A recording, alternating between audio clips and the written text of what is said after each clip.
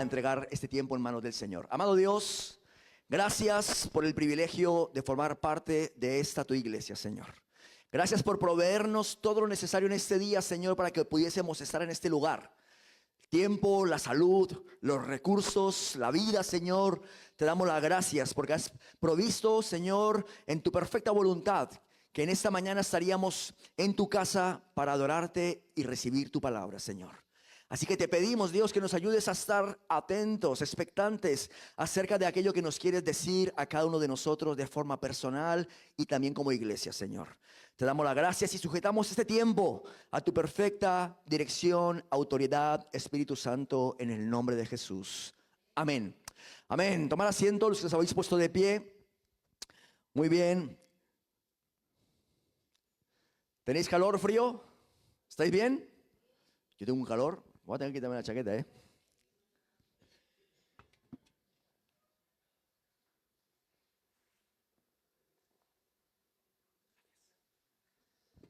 Ya sabéis que soy muy caluroso. Las hermanas los hermanos y hermanas en el tiempo de la vigilia la otra noche, ¿no? Estaba yo en manga corta. Escuchaba algunas que oraban por mí ahí diciendo, Señor, por favor, guárdale. Muy bien. Pues vamos a leer nuestro pasaje de esta mañana que está en el libro de Hechos, capítulo 6. Vamos a leer 10 versículos. Lo vais a tener en pantalla si queréis seguirlo también desde ahí en la proyección. Dice la Biblia así: en aquellos días, como creciera el número de los discípulos, hubo murmuración de los griegos contra los hebreos, de que las viudas de aquellos eran desatendidas en la distribución diaria. Entonces los 12 convocaron a la multitud de los discípulos y dijeron: no es justo que nosotros dejemos la palabra de Dios para servir las mesas. Buscad pues, hermanos, de entre vosotros 7 varones de buen testimonio, llenos del Espíritu Santo y de sabiduría, a quienes encarguemos de este trabajo. Y nosotros persistiremos en la oración y en el ministerio de la palabra. Agradó la propuesta a toda la multitud. Y eligieron a Esteban, varón lleno de fe y del Espíritu Santo, a Felipe, a Prócoro, a Nicanor, a Timón, a Pármenas y a Nicolás prosélito de Antioquía, a los cuales presentaron ante los apóstoles, quienes orando les impusieron las manos. Y crecía la palabra del Señor, y el número de los discípulos se multiplicaba grandemente en Jerusalén. También muchos de los sacerdotes obedecían a la fe. Y Esteban, lleno de gracia y de poder, hacía grandes prodigios y señales entre el pueblo. Entonces se levantaron unos de la sinagoga llamados los libertos, y de los de Cirene, de Alejandría, de Cilicia y de Asia, disputando con Esteban, pero no podían resistir a la sabiduría y al espíritu con que hablaba. Amén. Hasta aquí la lectura. Podéis seguir leyendo en vuestras casas este capítulo, el siguiente capítulo, el capítulo 7, también un capítulo súper impactante, ¿no?, en la vida de la iglesia. Y la semana pasada empezamos hablando acerca precisamente de el momento que estaba viviendo la iglesia primitiva, de cómo el Señor estaba haciendo milagros de forma poderosa. Había un crecimiento en la iglesia, como hemos leído. Se sumaban miles y miles de personas a la iglesia en este momento inicial para la iglesia. Y también estuvimos hablando de que este momento tan maravilloso en cuanto a crecimiento no estuvo ajeno a la hostilidad que tuvieron que experimentar. Y hablando precisamente de esto la semana pasada, quisiera matizar algo que dije la semana pasada, porque dije algo que no quiero que se preste para ningún malentendido. La semana pasada hice una afirmación, dije: ¿por qué hemos perdido efectividad evangelística? ¿Os acordáis? Lo pregunté. ¿Por qué? Leíamos el pasaje y vimos cómo después del discurso de Pedro 3,000 personas se entregaron a Cristo. Segundo discurso de Pedro, 5,000 personas se entregaron a Cristo. Y yo me pregunté: ¿por qué hemos perdido efectividad evangelística? Y al decir esto, quiero aclarar esto, no estaba pensando solamente en nosotros aquí, Iglesia Salem de Fuenlabrada. Estaba pensando en la iglesia en general. Estaba pensando en la iglesia universal del Señor, ya que tal y como comentamos, estadísticamente está demostrado que en los países desarrollados la fe cristiana no crece, más bien parece que retrocede. Y tiene que ver con el hecho de que hay una influencia a nivel social, a nivel político, para arrinconar a Dios, ¿no? No es posible que hoy en día un político hable tranquilamente de su fe. Automáticamente le quitan de la imagen pública Los partidos políticos no se quieren que les encajen en ningún tipo de doctrina, de ningún tipo de fe, de ningún tipo de religión. Y es algo que está sucediendo en nuestra sociedad. Por lo tanto, cuando yo hacía esta declaración, no me refería a que nosotros aquí en Fuenlabrada hemos perdido efectividad evangelística, puesto que no quiero que ignoremos que hay un grupo de hermanos y hermanas nuestras que los lunes salen a hacer una labor evangelística a la puerta del hospital, ¿vale? Y no estaba diciendo, no, es que esos hermanos no tienen efectividad evangelística. Para nada estoy diciendo eso, ¿de acuerdo? Por el contrario, me siento agradecido, feliz de que haya un grupo de hermanos que mantengan este compromiso con la evangelización, que lo mantengan vivo entre nosotros y que destinen tiempo, esfuerzo, dedicación para salir y predicar el evangelio. Mi planteamiento al ver la iglesia en el libro de los Hechos fue su gran efectividad evangelística y ver que esto no sucede en nuestro tiempo en general, ¿verdad? Que hay iglesias en las que pueden pasar muchos años y no experimentan una conversión. Esto más bien todo lo contrario. Los creyentes se van de la iglesia. Y ese era un poco mi planteamiento, muy desde el fondo de mi corazón, ¿no? ¿Qué pasa? ¿Por qué hemos perdido efectividad evangelística? Pero vuelvo y repito, no tiene que ver necesariamente con nosotros en general, ¿de acuerdo? Pero por supuesto que sí creo que nos tiene que retar a orar y a pedirle al Señor, Señor, queremos recuperar efectividad evangelística. Nosotros aquí en Fuenlabrada, en Madrid, en España y hasta el último de la tierra. Queremos que su iglesia sea impactante, que miles vengan al conocimiento de la verdad. Cierro matiz de la predicación de la semana pasada. Volvamos a nuestro mensaje de esta mañana. Y tenemos como telón de fondo el momento que estaba viviendo la iglesia primitiva, pero quiero que, según escucháis esta mañana este mensaje, que hagamos todos el esfuerzo de intentar encontrar una aplicación para nuestra vida personal. Aunque hablamos de la iglesia, vamos a hacer el esfuerzo de que lo que escuchamos en esta mañana lo podamos llevar a nuestra vida personal y a nosotros como iglesia, ahora sí, aquí en Fuenlabrada. Entonces he titulado este mensaje Paz en la tormenta. Los discípulos están experimentando una preciosa y sorprendente paz en medio de mucha hostilidad, en medio de una tormenta constante. Mientras ellos realizan su labor evangelizadora, vamos a ver cómo ellos experimentan una paz increíble. Y lo que vamos a escuchar en esta mañana nos va a ayudar a descubrir que en medio de cualquier tormenta que puedas estar viviendo o que pueda venir sobre tu vida, hay paz. Hay paz para nosotros de parte del Señor. Que como iglesia, en esas enseñanzas que encontramos en la Biblia, hay un montón de consejos, cosas que leemos que nos pueden ayudar a evitar las tormentas dentro de la iglesia. Y vamos a analizarlo. En el capítulo 5 que no hemos leído, pero voy a hacer referencia a algunos versículos del capítulo 5 para que entremos en contexto de lo que está viviendo la iglesia. Los versículos del 19 al 21 dice la Biblia que un ángel del Señor, abriendo de noche las puertas de la cárcel y sacándolos, dijo: id y puestos en pie en el templo, anunciad al pueblo todas las palabras de esta vida. Habiendo oído esto, entraron de mañana al templo y enseñaban. La semana pasada hicimos una muy pequeña reflexión acerca de este momento. Pedro y Juan ante el concilio son llevados a la cárcel. Y solamente hicimos ese comentario para hablar de la hostilidad que estaban experimentando. Pero la historia sigue diciendo que el Señor envió un ángel y les liberó. Abrió las puertas de la cárcel y les dio indicaciones claras. Ahora tenéis que ir al templo y puestos en pie tenéis que predicar la palabra de vida.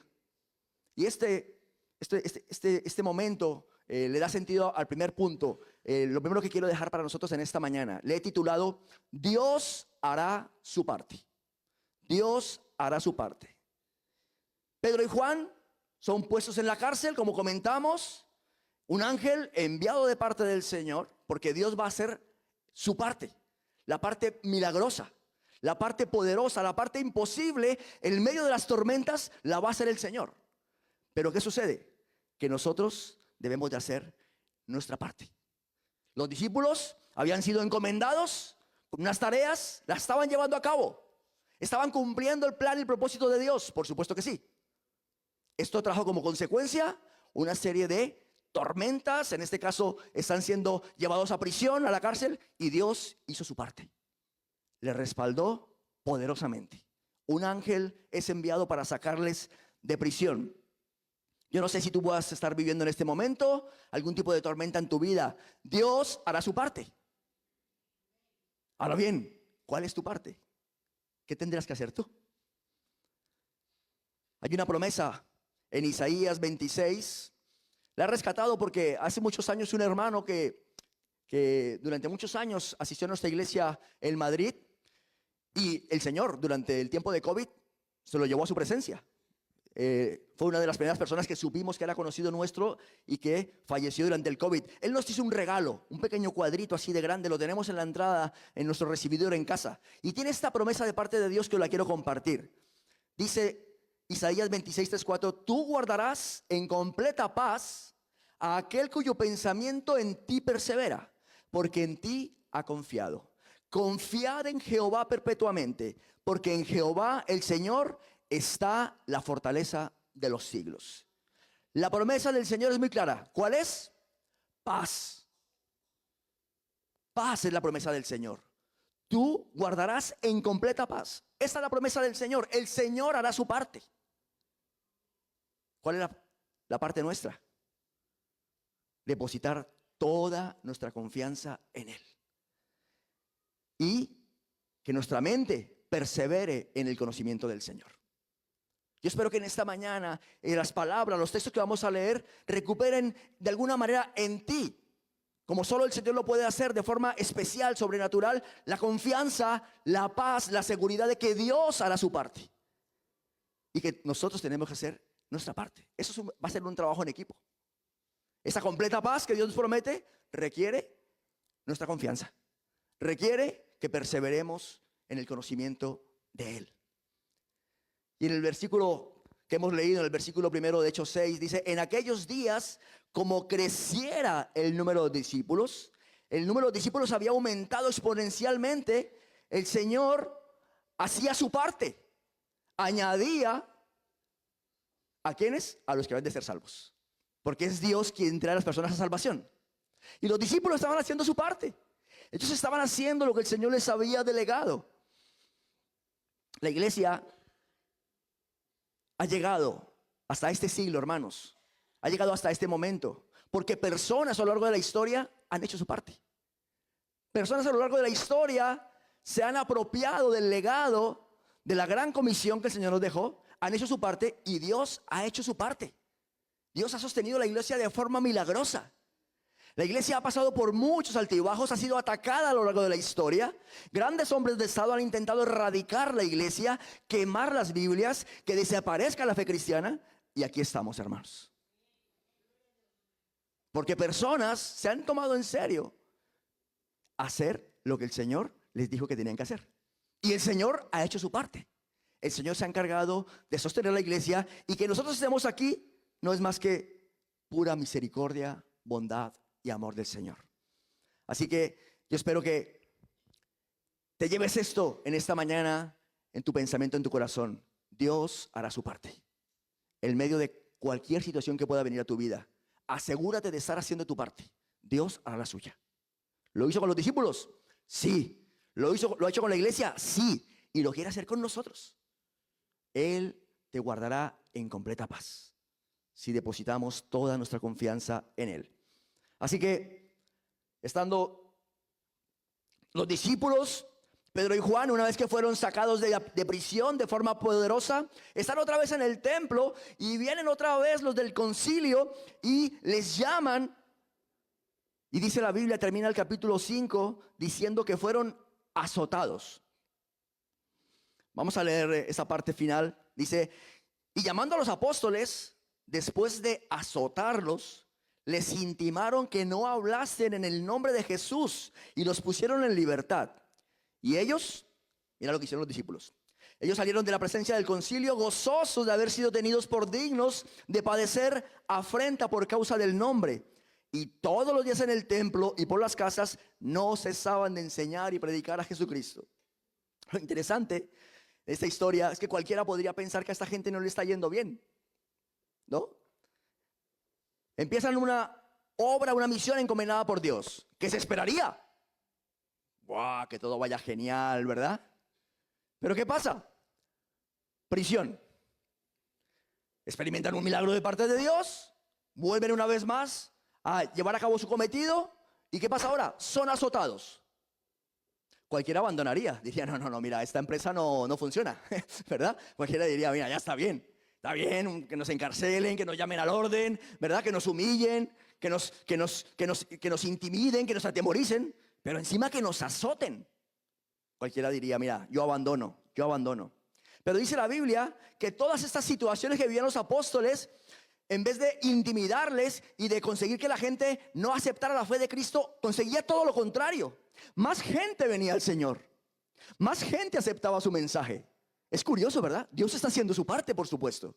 Pero los discípulos también estaban haciendo algo que es de vital importancia que aprendamos nosotros. Dice para mí el versículo clave, dice que ellos salieron de la presencia del concilio y estaban gozosos. Dicen que estaban gozosos, ¿por qué? Porque habían sido tenidos en cuenta. Habían sido tenidos en cuenta de ser dignos de padecer afrenta, castigo a causa del nombre del Señor. Y eso da sentido para mí al segundo consejo en esta mañana que trae la palabra a nosotros. No pierdas el sentido de privilegio. El Señor hará su parte, nosotros haremos la nuestra. ¿Queremos hacerla? Uno de sus consejos en esta mañana es: no pierdas el sentido de privilegio. Ellos estaban gozosos. ¿Por qué? Se sentían privilegiados de ser tenidos en cuenta por Dios para padecer, de ser tenidos en cuenta por Dios para ese cometido que el Señor les había delegado. Que formemos parte de la iglesia, mis hermanos, que Dios nos haya acogido como hijos suyos, es un gran privilegio, el más grande que hayamos podido experimentar y que podamos experimentar mientras existamos en este planeta. No hay mayor privilegio que ser tenido en cuenta por Dios para ser adoptados como hijos suyos, dice la palabra. No perdamos nunca ese sentido de privilegio, porque cuando vengan las tormentas a nuestra vida, recordar lo que Cristo hizo por nosotros, el lugar que Dios nos ha concedido como hijos suyos, como parte de su familia, como parte de su iglesia. Solamente tener eso presente y sentirte una vez más privilegiado de formar parte de los planes de Dios, te van a ayudar a mantenerte firme en medio de cualquier tormenta. Es lo que a los discípulos les estaba pasando. Ellos, en medio de aquella situación, estaban gozosos. Y cuanto la gente más veía el gozo que había en ellos, más personas que aceptaban a Cristo. ¿Por qué? Porque evidenciaban que había en ellos una fe viva. No era religión vacía. No era solamente enseñanza. No era solamente una nueva religión, sino una fe viva. ¿Cómo puede ser que esa gente les encarcelan, les azotan, los llaman al orden, los intimidan? ¿Cómo puede ser que estén gozosos? ¿Y esto qué es? Y mi pregunta es: ¿cómo manifiestas tú en medio de las tormentas de tu vida, en medio de tus preocupaciones, esa fe que tienes? ¿Es una fe llena de gozo? ¿Es una fe viva? ¿O cuando viene la situación que no esperabas, cuando aprieta la situación, te hundes? Olvidamos quiénes somos, olvidamos la obra de Cristo sobre nuestras vidas, olvidamos verdaderamente a qué hemos sido llamados, abandonamos ese sentido de privilegio que los discípulos no abandonaron. El ofrecimiento que Jesús nos hace, lo conocéis muy bien. ¿Cuál es? Paz. Paz. Este gran privilegio está al alcance solamente de aquellos que están dispuestos a seguirle. Paz. En mí tendréis paz. No como el mundo la da. No se turbe vuestro corazón.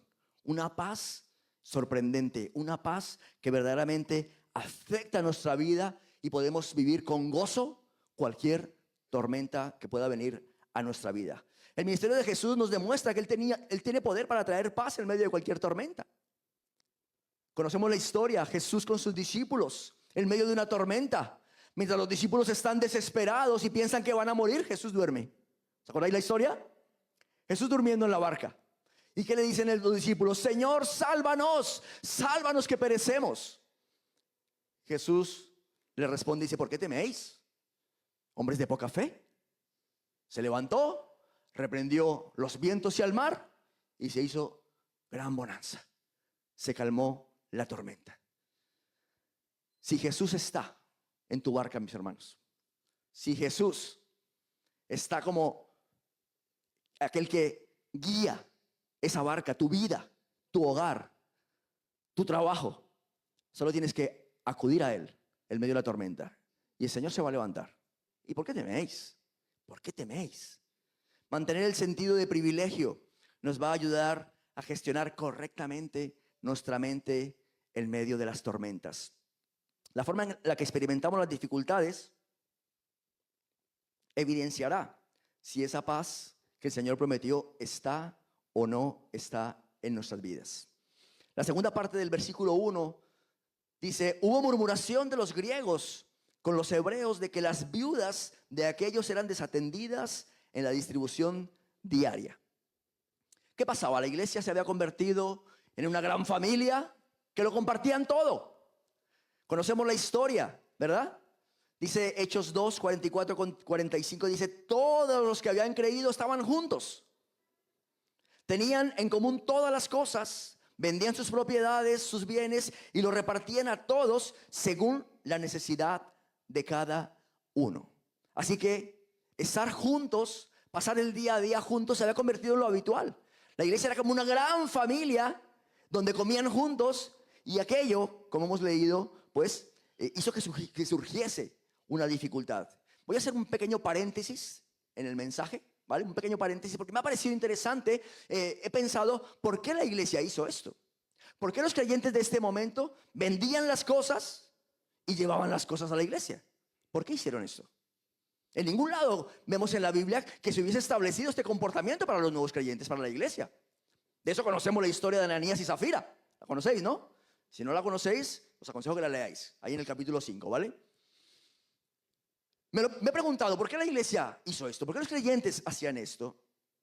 Y a lo mejor estáis de acuerdo conmigo.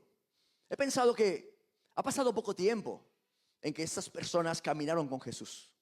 Las palabras de Jesús estaban muy frescas, muy recientes para ellos. Y quizás recordaban la famosa enseñanza de Jesús en Mateo 6 que dice: no os afanéis diciendo qué comeremos o qué beberemos o qué vestiremos. Porque los gentiles buscan estas cosas, pero vosotros tenéis un Padre, el Padre Celestial, que sabe que tenéis necesidad de estas cosas. Mas buscad primeramente el reino de Dios y su justicia, y todas estas cosas os serán añadidas. Así que no os afanéis por el día de mañana, porque el día de mañana traerá su afán. Basta a cada día su propio mal. Mensaje sencillo, mensaje conocido por todos, pero de difícil aplicación. No afanarnos. Afanarnos por lo básico. Y pienso que quizás estaban estas palabras tan recientes en los nuevos creyentes que dijeron: bueno, el maestro dijo que estas cosas no son importantes para nosotros, que no debemos estar preocupados por ello. Venga, lo vendemos todo, lo entregamos en la iglesia. Posiblemente esto fue lo que sucedió.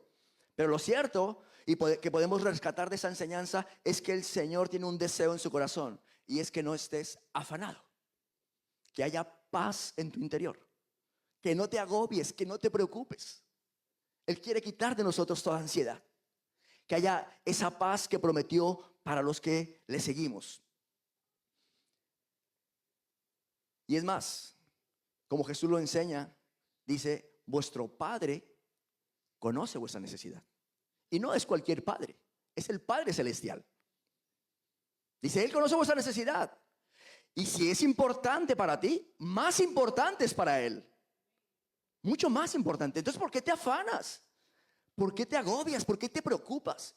Céntrate en las cosas eternas. Busca primeramente el reino de Dios, porque lo demás el Señor te lo va a proveer. Mensaje sencillo, conocido, de difícil aplicación, hermanos. ¿Cuántos pueden decir: yo me sumo a los que me cuesta trabajo aplicar esto? Yo me sumo, me sumo.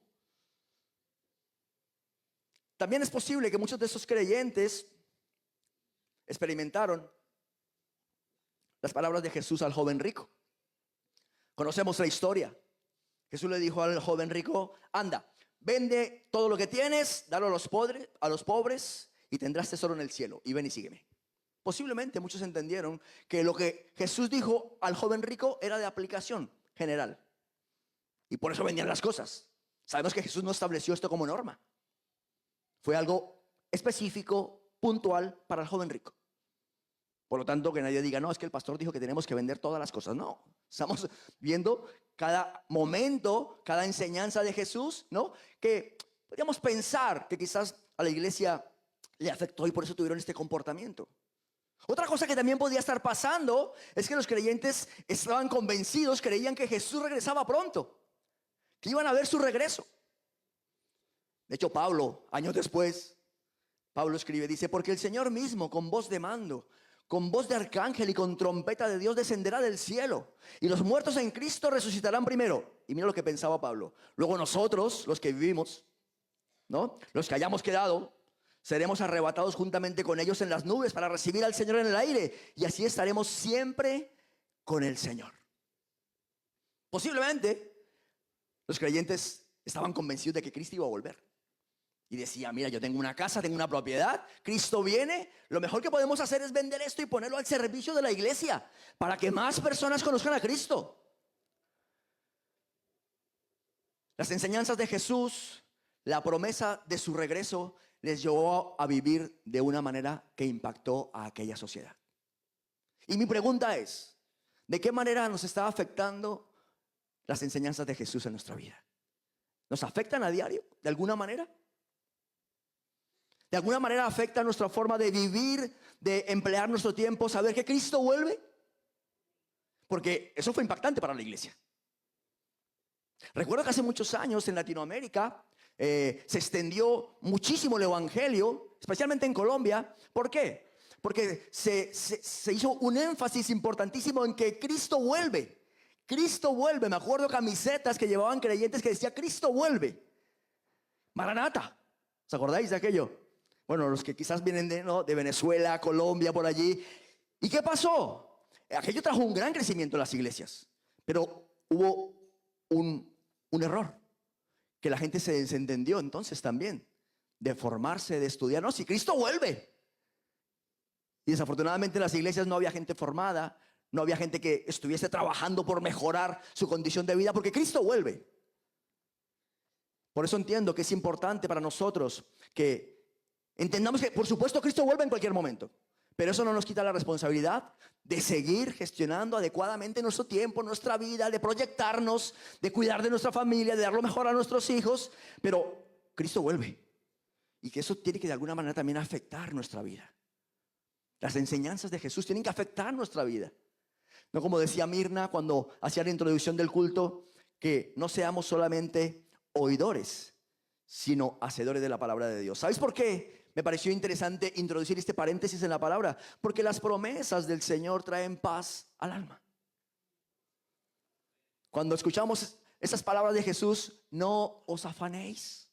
Vuestro Padre Celestial sabe de qué tenéis necesidad. No os afanéis. Yo no sé si a ti te pasa como a mí. Yo digo, wow, sí, Señor, es verdad. A veces me preocupo. Me preocupo por cosas que no han pasado. Y el Señor dice que si es importante para mí, mucho más lo es para Él, porque Él es el Padre perfecto. Y más aún, saber que Cristo prometió su regreso fortalece mi esperanza. Volvamos a nuestra historia, cerramos paréntesis. Como decimos, la iglesia se convirtió en una gran familia donde las cosas las tenían todas en común. Los creyentes vendían sus cosas. Y esto parece bonito, ¿verdad? Parece bonito. Es hasta romántico pensar un funcionamiento así en la iglesia. Pero como vemos, trajo las primeras complicaciones a los creyentes y vamos a aprender de esto. Dice la Biblia que hubo murmuración entre los griegos en contra de los hebreos. Un comentarista bíblico escribe lo siguiente, escuchar. Dice, los problemas en la iglesia nos dan la oportunidad de ejercer nuestra fe, no solo en el Señor, sino también la fe en otros. En ocasiones cuando surgen las diferencias en la iglesia, lo último que se nos ocurre es acudir al Señor. Surgen las diferencias y nos comportamos como si a Dios, primero como si Dios no lo supiera. Segundo, como si Dios no le interesara a la iglesia cuando es suya, ¿verdad? Y no somos conscientes de que posiblemente, si esa situación ha surgido, ese conflicto como le está pasando a los hermanos, lo que Dios está quizás es haciendo ver a la iglesia la oportunidad de que se hagan algunos cambios estructurales, no doctrinales, sino estructurales. ¿Para qué? Para que la iglesia vaya mejor, para que se pueda acoger a más personas. ¿Para qué? Para que otros tengan la oportunidad de servir. El Señor quiere que todos sus hijos acudamos al servicio, y a veces tenemos unas estructuras que nos impiden que personas lleguen a servir al Señor. Y Dios permite que en algún momento suceda un conflicto como el que estamos viviendo. ¿Para qué? Para que nosotros nos ejercitemos en la fe en el Señor. Señor, es tu iglesia, está pasando esto, acudo al Señor y no me voy con mis hermanos, con los que mejor me llevo, y empezamos a darle vuelta al problema. Claro, es que dijo esto y como no le gustó, y cuando yo le dije y cuando me dijo y resulta que, ¿verdad? Y empezamos a generar una serie de comentarios descontentos que luego nos roban la libertad, la paz que deberíamos de tener entre nosotros.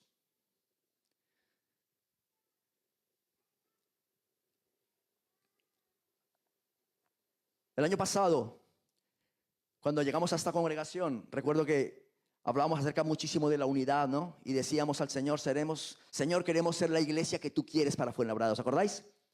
Queremos ser la iglesia que tú has pensado para nuestro tiempo.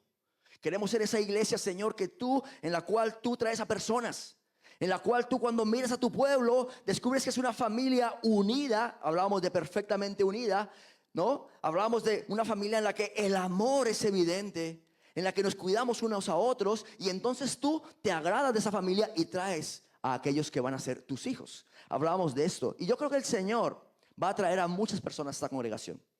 Creo que el Señor va a traer a muchos nuevos creyentes a esta iglesia. Y el Señor nos está preparando mediante el estudio de estos pasajes de la Biblia para que nosotros veamos que la iglesia tiene que estar en constante cambio para irnos adaptando a la situación que el Señor va a permitir para que otras personas puedan servir. Sucedió en la iglesia.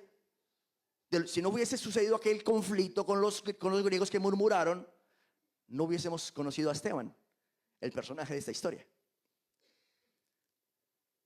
Así que algo que ayudó a recuperar la paz en aquel momento, en medio de esa pequeña tormenta, se solucionó adecuadamente antes de que se generase una división. Y tiene que ver con lo que da sentido al tercer punto de esta enseñanza. Dice, el servicio no se puede tomar a la ligera. Muchos de los conflictos que surgen en las iglesias surgen en las áreas de servicio. Cuando tú eres una asistente solamente, bueno, no te enteras mucho de lo que pasa dentro de la iglesia, ¿verdad? Vienes, asistes, disfrutas, adoras al Señor, escuchas la palabra y te marchas. Pero cuando te vinculas al servicio, y te animamos a que te vincules al servicio, te animamos porque Dios lo ha previsto así para tratar con nosotros, para tratar con nuestro carácter, para que manifestemos el amor cristiano de forma práctica mediante el servicio. Pero ¿qué pasa? También es una de las áreas en las que más surgen conflictos.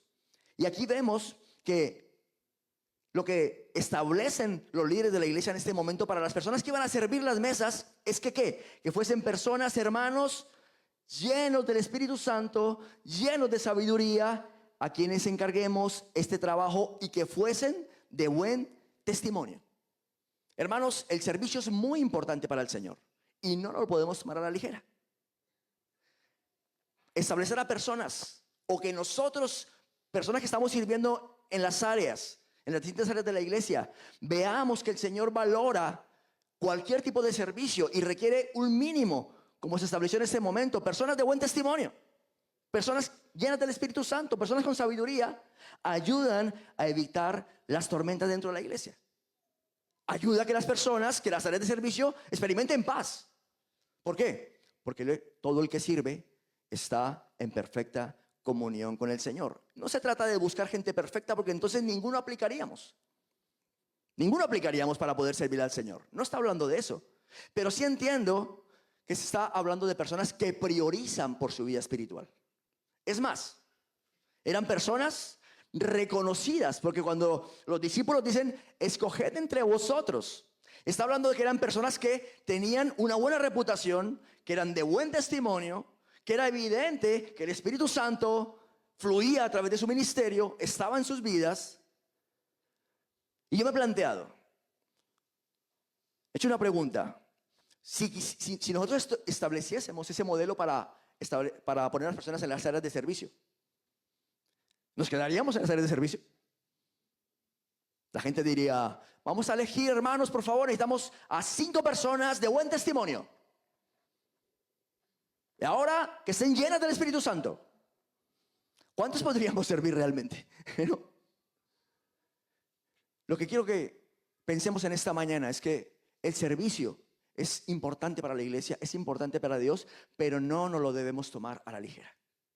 Hay iglesias, sé de iglesias, que en cuanto llega una persona, inmediatamente la vinculan a la área de servicio para que no se vaya. ¿Verdad? Oye, ¿qué sabes hacer? Ven. Le dan cualquier tarea, cualquier oficio, pero que no se vaya. Y yo pienso que siguiendo el modelo bíblico, debemos de cuidar nuestras áreas de servicio y establecer personas idóneas para el servicio. Nos ayudará a evitar conflictos. Nos ayudará a evitar tormentas. Vuelvo y repito, no se trata de perfección, porque no hay perfección. Ninguno de nosotros aplicaríamos si hablamos de perfección. Pero sí estamos hablando de personas que priorizan por su vida espiritual. Personas que están preocupadas por su crecimiento espiritual. Que están trabajando para vivir en integridad. Que toman decisiones para agradar al Señor. Por eso nosotros tenemos establecido el proceso de discipulado para poder servir al Señor. Nosotros creemos que es importante que una persona cuando llega a la iglesia pase por un tiempo de enseñanza, de discipulado, que conozca la iglesia, pero también para nosotros es una oportunidad de conocerles, saber quiénes son, que estén bautizados. Porque si han dado el paso del bautismo, nos garantiza que esa persona en algún momento entendió que Cristo es el Señor, que Cristo es el Salvador, que Dios le levantó de los muertos, que ha nacido de nuevo. Y tenemos cierta garantía. Por eso creemos que es importante este proceso en nuestra iglesia. Un factor también importantísimo que ayudó a la iglesia en aquel momento a superar esta tormenta, esta pequeña tormenta que pudo haber generado una división, fue tener a sus líderes bien enfocados. Bien enfocados. ¿Qué dijeron los discípulos? Dijeron, nosotros persistiremos en la oración y en el ministerio de la palabra. Eso fue de vital importancia en este momento para la iglesia.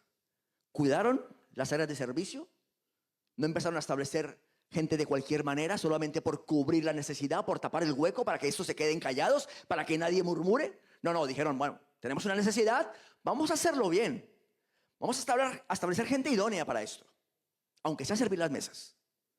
Y además, algo que nos evidencia este pasaje, es que los líderes tenían claro su propósito, tenían claro su llamado.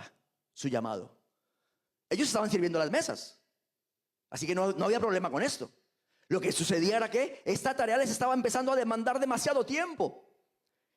Y entendieron que su propósito era la predicación de la palabra y la oración.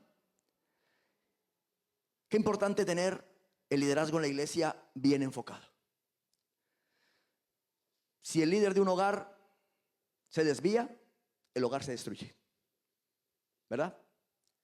Si el capitán de un barco pierde el rumbo, arrastra a la tragedia a toda su tripulación. Por eso en esta iglesia, y es lo que queremos hacer y estamos haciendo, cada miércoles de oración, durante nuestros tiempos de vigilia, estamos orando constantemente por el liderazgo de nuestra iglesia. Estamos orando constantemente para que ellos no pierdan el enfoque, aquello a lo que han sido llamados. Pedimos al Señor que todas sus necesidades sean cubiertas, que no falte el alimento, que sus hijos estén bajo la protección del Señor, que no falte el trabajo, que haya paz en su matrimonio. ¿Por qué? ¿Por qué queremos líderes bajo ese nivel de cobertura de parte de Dios? Porque bendecirán a la iglesia, estarán bien enfocados. Menos tormentas. Cuando tengas un líder que perdió el enfoque, prepárate, vienen problemas. Vienen curvas. Y una de las grandes beneficios, de las grandes bendiciones que tuvo esta iglesia es que sus líderes estaban bien enfocados. Por lo tanto, les ayudó a tomar una buena decisión, a gestionar bien esta pequeña tormenta. Establecieron de forma idónea las áreas de servicio, dieron oportunidad a gente nueva entre los cuales descubrimos a Esteban. No podíamos terminar este mensaje sin hablar de Esteban. Esteban es el primer mártir de la Biblia. Su historia es muy cortita, pero vamos a hablar de él muy brevemente. Y he titulado este punto: si queremos evitar tormentas, hermanos, si estás en un área de servicio, si formas parte de una iglesia, tienes que tener en cuenta que tenemos una responsabilidad de tomar ejemplo y ser de ejemplo. Cuando Esteban fue presentado a los discípulos como posible camarero, toda la gente le conocía, por lo tanto era un ejemplo para ellos. Era un ejemplo. Era un varón lleno de fe, del Espíritu Santo, de gracia y de poder, dice la Biblia. Hacía grandes prodigios, señales entre el pueblo. Esteban era un auténtico modelo a seguir. Lo pensaba hoy mientras cantábamos y adorábamos al Señor y veía a nuestros niños aquí. Tenemos responsable de danza, ¿no? Se llama Mía, ¿verdad? No para de danzar, ¿verdad? Qué alegría, lo veía, ¿no? Y decía, qué alegría que se sienta con esa libertad, ¿verdad? Se siente en casa, es su familia. Pero mientras adorábamos al Señor, pensaba en este punto: qué importante que nuestros niños compartan el tiempo de alabanza con nosotros y adoración. Qué importante que nuestro grupo prejuvenil, nuestros jóvenes, compartan con nosotros ese tiempo. ¿Sabéis por qué? Porque vosotros sois ejemplo para ellos. ¿Qué quieres que suceda con los niños dentro de 10 años? Que sigan en los caminos del Señor, que adoren al Señor, que amen su palabra, que amen la iglesia. Necesitan ejemplos, modelos a seguir. Por lo tanto, cuando nosotros venimos, tú que llevas más de 2 años en el Evangelio, eres ejemplo para el que está empezando. Eres el ejemplo para el que está creciendo entre nosotros, para el que entra por esa puerta y es la primera vez que viene a la iglesia. Eres ejemplo. Esteban fue un ejemplo en aquella iglesia, en aquella congregación. Somos ejemplo. Tenemos que también aprender a tomar ejemplo. Esteban llegó para servir las mesas, pero no desaprovechaba oportunidad para predicar. El discurso de Esteban en el capítulo 7 de Hechos es impresionante. Lo tenéis que leer. Es demasiado largo para leerlo aquí, pero es una exposición increíble de conocimiento, de toda la historia, de fe. Es sorprendente, un auténtico ejemplo, un auténtico modelo a seguir. También es impresionante y sorprendente su final. Dice la Biblia en Hechos 7, una vez que Esteban termina su discurso, dice: y echándole fuera de la ciudad, le apedrearon. Dice, y los testigos pusieron sus ropas a los pies de un joven llamado Saulo. ¿Sabéis quién es este, no? Y apedreaban a Esteban mientras él invocaba y decía: Señor Jesús, recibe mi espíritu. Y puesto de rodillas, clamó a gran voz: Señor, no le tomes en cuenta este pecado. Y habiendo dicho esto, murió. Wow. ¿Cómo reaccionamos nosotros ante la presión, hermanos? Aquí vemos a un hombre sometido a la máxima presión. Le están apedreando. Lo están torturando. ¿Cómo reaccionamos nosotros cuando algo no va como nos gusta? Cuando nos dicen algo que no nos encaja. Cuando sabemos que alguien dijo algo de nosotros. ¿Cómo reaccionamos ante la presión? Aquí vemos a este hombre que evidencia para mí, ¿no? Cuando dice: no les tomes en cuenta este pecado. Para mí evidencia lo que nos dice la palabra en Filipenses 4:7. Dice: y la paz de Dios, que sobrepasa todo entendimiento, guardará vuestros corazones y vuestros pensamientos en Cristo Jesús. Esa paz que sobrepasa todo entendimiento es la que está manifestando Esteban aquí. ¿Tu reacción natural cuál sería? Ir contra las personas que te están haciendo daño. ¿Qué dice Esteban? No les tomes en cuenta este pecado. ¿A qué os recuerda? Jesús en la cruz, ¿verdad? Perdónales. Esteban estaba lleno del Señor. Estaba lleno de la presencia del Espíritu Santo. Lleno de poder.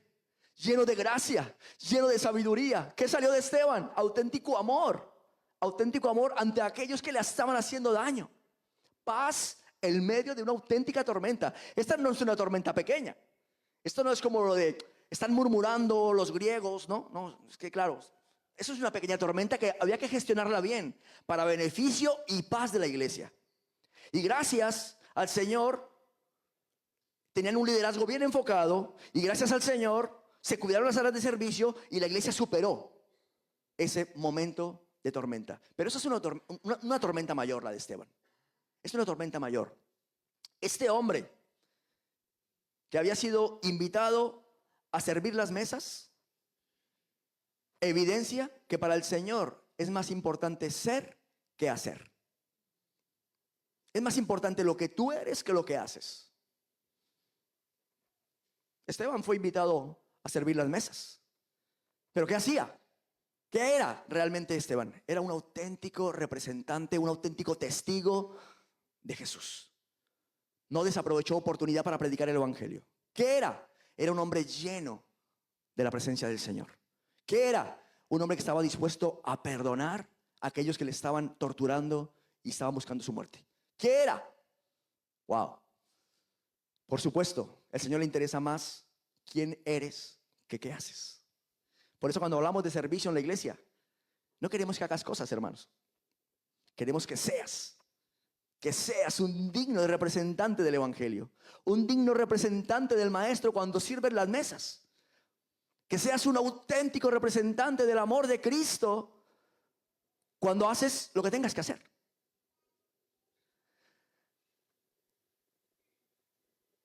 Llevamos unos domingos hablando acerca de ser testigos, de ser embajadores, representantes del Señor. Y el domingo 2 hermanos me preguntaron, bueno, oye, ¿pero cuándo vamos a ir a evangelizar? ¿No?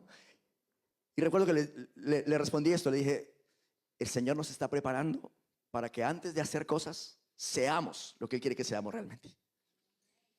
Preparémonos, ejercitémonos en lo que el Señor nos está retando.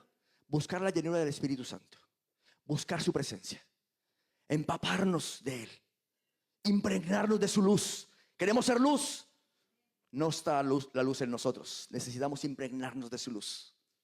Queremos predicar, queremos salir y llevar el evangelio, sí, pero no de cualquier manera, sino llenos de la presencia del Señor. Así que hay algo que hacer, sí, pero más importante, vamos a ocuparnos en el ser. Esteban fue llamado a hacer unas cosas, pero él era otra. Y eso lo demostró cuando tuvo que experimentar la gran tormenta sobre su vida. Tenemos un gran reto, hermanos, como iglesia este año. Así que os animo a que estemos orando para que podamos afrontar las tormentas que puedan venir a nuestra vida. Y si estás pasando una tormenta, recuerda, Dios hará su parte. Traerá paz. Su promesa es paz. Si Jesús está contigo, ¿qué dice la palabra? En paz me acostaré y asimismo dormiré, porque tú me haces vivir confiado. Promesas de parte de Dios. Las promesas vienen a nuestra alma, hermanos, y nos levantan. La palabra del Señor tiene el poder de levantarnos. Y es lo que deseamos en este tiempo. Que si vienen tormentas, estemos lo suficientemente capacitados. Que si las tormentas vienen a nuestra iglesia, tengamos un liderazgo bien enfocado. Que nuestras áreas de servicio no sean fuente de tormentas, sino que las personas que están en ellas son personas que, sin ser perfectos, están buscando agradar al Señor con sus vidas. Están procurando que su servicio no sea de cualquier manera. ¿Queremos ser esa iglesia, hermanos? Queremos ser esa iglesia. Yo quiero que seamos esa iglesia, y es lo que pedimos al Señor. Vamos a ponernos en pie.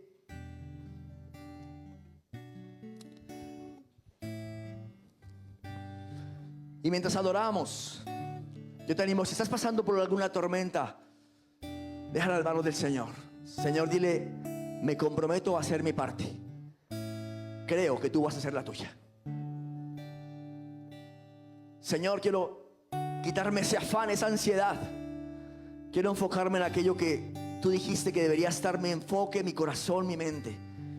No las cosas terrenales, Señor. Señor, te damos las gracias por tu palabra en esta mañana. Gracias porque tu palabra trae paz a nuestra alma, Señor. Gracias porque sabemos que contigo en nuestra barca tendremos paz en medio de cualquier tormenta, Señor. Gracias porque tú has manifestado, Señor, abiertamente el deseo de tu corazón es que no estemos afanados, ni ansiosos, ni preocupados por las cosas básicas y terrenales. Porque tú eres el Padre perfecto que cuida de tus hijos. Y tú no mientes. En ti no hay mentira. Afirma todas estas verdades en tus corazones, Señor, en este tiempo. En el nombre de Jesús.